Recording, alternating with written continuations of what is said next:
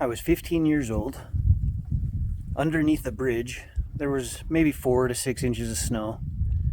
I had a tarp over me. I learned not to do that again. So it was wet in there, cold, winter. I pulled the tarp off, opened up the sleeping bag, and about 10 feet away, maybe 15 feet away, there was a guy fishing.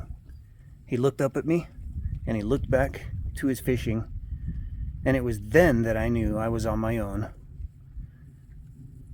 And, well, there was nobody that was going to dig me out of that hole but me. My name's John. I live off-grid in the high desert of Arizona. I've helped a lot of people go from homeless to homestead.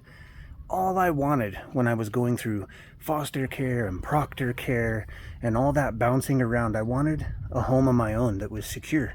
So I had some food, water, and shelter, some homeostasis. And I've created that, and I show other people how to do that now. So Mom died. My stepdad remarried immediately, and I was homeless, living under a bridge, and it didn't take long before I was actually arrested. I guess I was arrested for being a homeless kid, and they threw me in a detention center, which was just like prison. So there's cells. They got the same toilet, the same sink you have in a jail cell.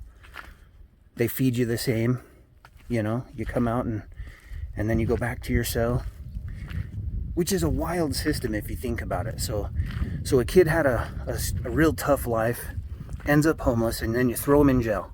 That'll teach him. I've got my home now, guys, and I love it more than anything. And you can subscribe, and I'll tell you everything I know. There's a free guide, in fact, on my website. It tells you everything, how to start a homestead with next to nothing. And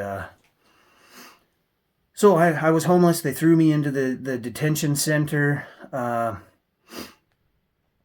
Eventually, this is kind of an interesting thing, is a woman and her kid came to visit me. And basically what it felt like, and I guess really what it really was in a large way, the dogs at the shelter, families come check them out, and then they decide if they want to take one home. And that's what they did. They visited me a couple times and then decided to bring me home. Oh, and you know what? I'm skipping a large part of it. I wound up going into foster care first. And the mother at that place, well, there was only her. It wasn't a mother-father family situation. It was just that woman. And she was clearly just after the check. She didn't feed us very well. She did the very minimum. And then you would get in trouble if you ate some snacks or something. She had us cleaning constantly. She didn't care about us. It was about a check. And I ran away. And then I wound up in proctor care. So they put me into the detention center. The proctor mom come and grabbed me. And I went and lived with them. And what that is an even more structured foster system. So now I was enrolled in this school that had metal detectors. We had to wear gray from head to toe. I think white sneakers. It was very similar to being in jail, but it was a school. And I went through that. And I aged out is what it's called. And so when you turn 18, now you're on your own again. And they just boot you out the system. There was nothing, no transition. Just, okay, have fun, And I didn't care. I wanted to be on my own anyway. But it was rough, guys. Growing up on the streets, growing up in the foster, proctor, all that crap.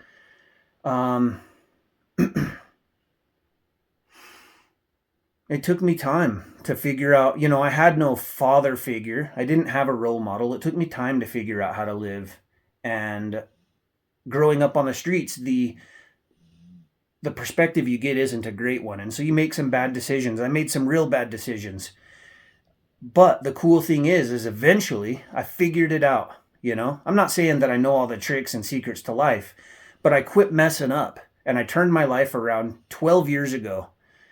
And I've never looked back. And so since then, I kept whittling away, doing my very best to get on my feet. And now, 5 years ago, I finally, I had been building out a camper van. I had a good career, but I was laid off in 2020. And I finally decided to just roll the dice. I only had $6,000. I bought some land, started my little homestead. That part of the story I've told a lot of times, so you can go back to the beginning. I've got a playlist from the very beginning till now that tells you what I've done and what I went through to get to where I'm at now. And now I'm just kind of giving you a little bit more history. So why say all that? Well, it's certainly not to be a victim. I could care less. I don't want, as a matter of fact, I would prefer nobody ever looks at me and thinks of me as a victim. I'm not a victim. I had a rough childhood. I'm not going to cry about it.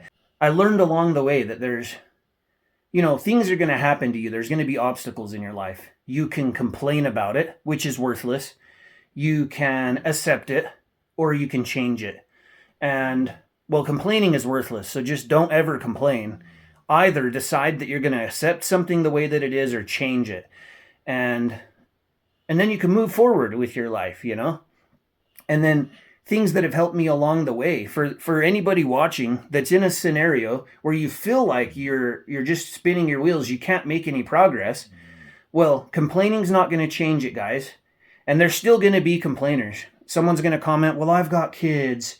And someone's going to comment, well, my life's harder than yours. And someone's going to comment, it's not possible because of this. And someone's going to comment, you still got to pay property tax. There's always that guy, but don't be that guy. Instead of being that guy, start to get ahead. You can make a list every day, check off all the things that you need to get done. Do the things you want to do least first. Then it's more of a celebration to finish the last few things that you got to get done for the day.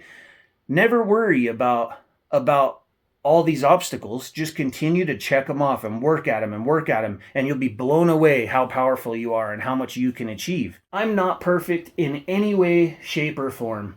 And maybe that makes me the ideal person to tell you that you can turn your life around and get on your feet and make some progress. And homesteading just happens to be the way that worked out great for me. I was able to buy land for cheap because I wasn't concerned about looking cool and buying the nicest property out there. I bought the cheapest land that I could find, paid in full for it, and started to build my homestead. I looked up the county rules and followed them, and it hasn't been that big of a deal. Everything, life is a struggle. Life is suffering. And so no matter what trail or path you take, there's going to be obstacles, but just don't complain about them. Either accept what they are or change them and just continue to grind away, and life will just continue to get better.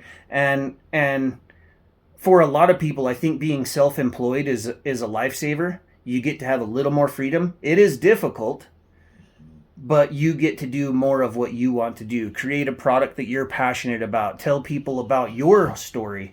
And no matter how many people have told a story, you can tell your version of it. And there's going to be that 10% of people that want to watch you tell your story.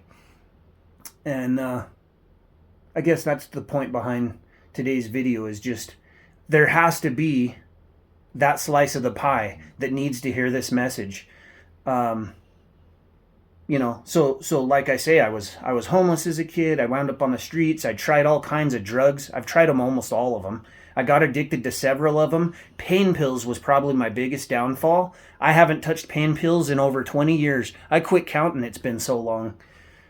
That was my biggest downfall. And, popping pills and whatever. I cut pills out of my diet altogether like 12 years ago.